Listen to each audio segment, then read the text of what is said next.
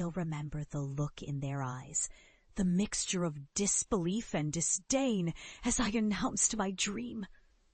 I was just a kid then, full of fire and reckless hope, standing in the living room of the house I'd grown up in. I told them I wanted to be a painter, not just dabble in it on weekends, but dedicate my life to capturing the world in color, emotion bleeding through every brushstroke. They burst out laughing. My father shook his head, sneering, "A painter? That's a joke, right? Do you think you're going to make a living doing that? You're embarrassing this family."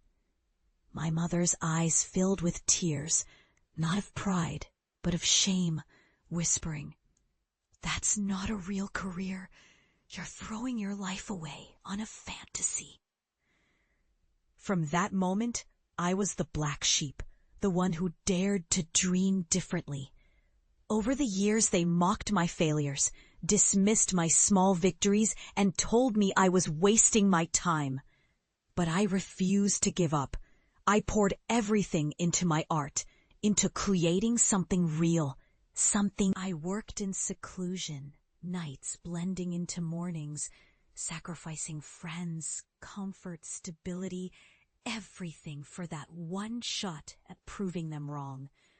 It wasn't easy. Rejection letters piled up like mountains. I faced endless doubts, my own and theirs. I struggled to make rent, to find galleries that would take a chance on a nobody, to believe in myself when everyone else believed I was foolish. But I kept going. Every rejection fueled my resolve. Every small sale was a victory. Slowly, my name started to appear in local exhibitions, then bigger shows. Critics began to notice. My paintings, full of raw emotion, began to sell. Years later, I had what I dreamed of, an art career that paid the bills, a reputation growing beyond what I'd imagined. I left that old town behind, not out of spite, but because I knew I had to prove I could do it. Prove that their words didn't define me. And then I decided it was time. Time to go home.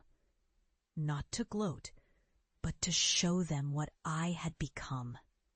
To show them that I was more than their ridicule. A man who had fought through every doubt, every insult, every failed attempt, and emerged victorious. I parked my car in front of that old house, now just a shell of the place I once knew. The yard was overgrown, the paint peeling. I stepped out, heart pounding as if I was walking into a battleground.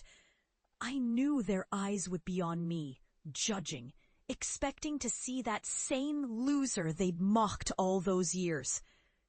As I entered, my mother looked up from her chair, eyes wide with disbelief. My father's jaw tightened, and my sister's lips parted as if she couldn't believe her eyes. I carried a large canvas, a piece I'd just finished, my latest work, a vivid portrait of resilience, of struggle and triumph.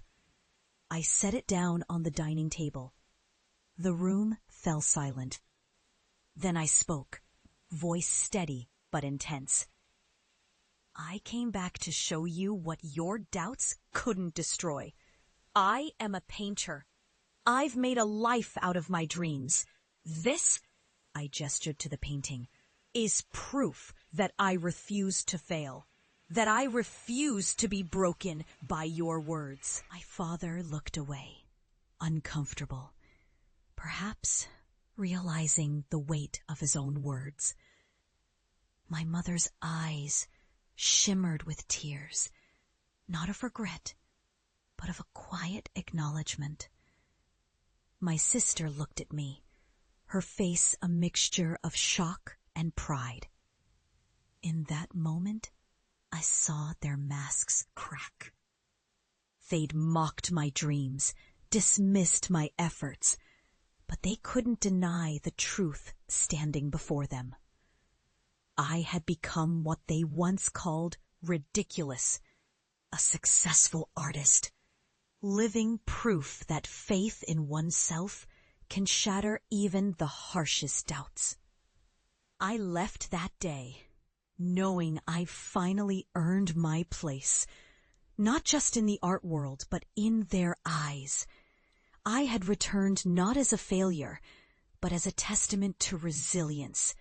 I had turned their mockery into applause, their disbelief into admiration.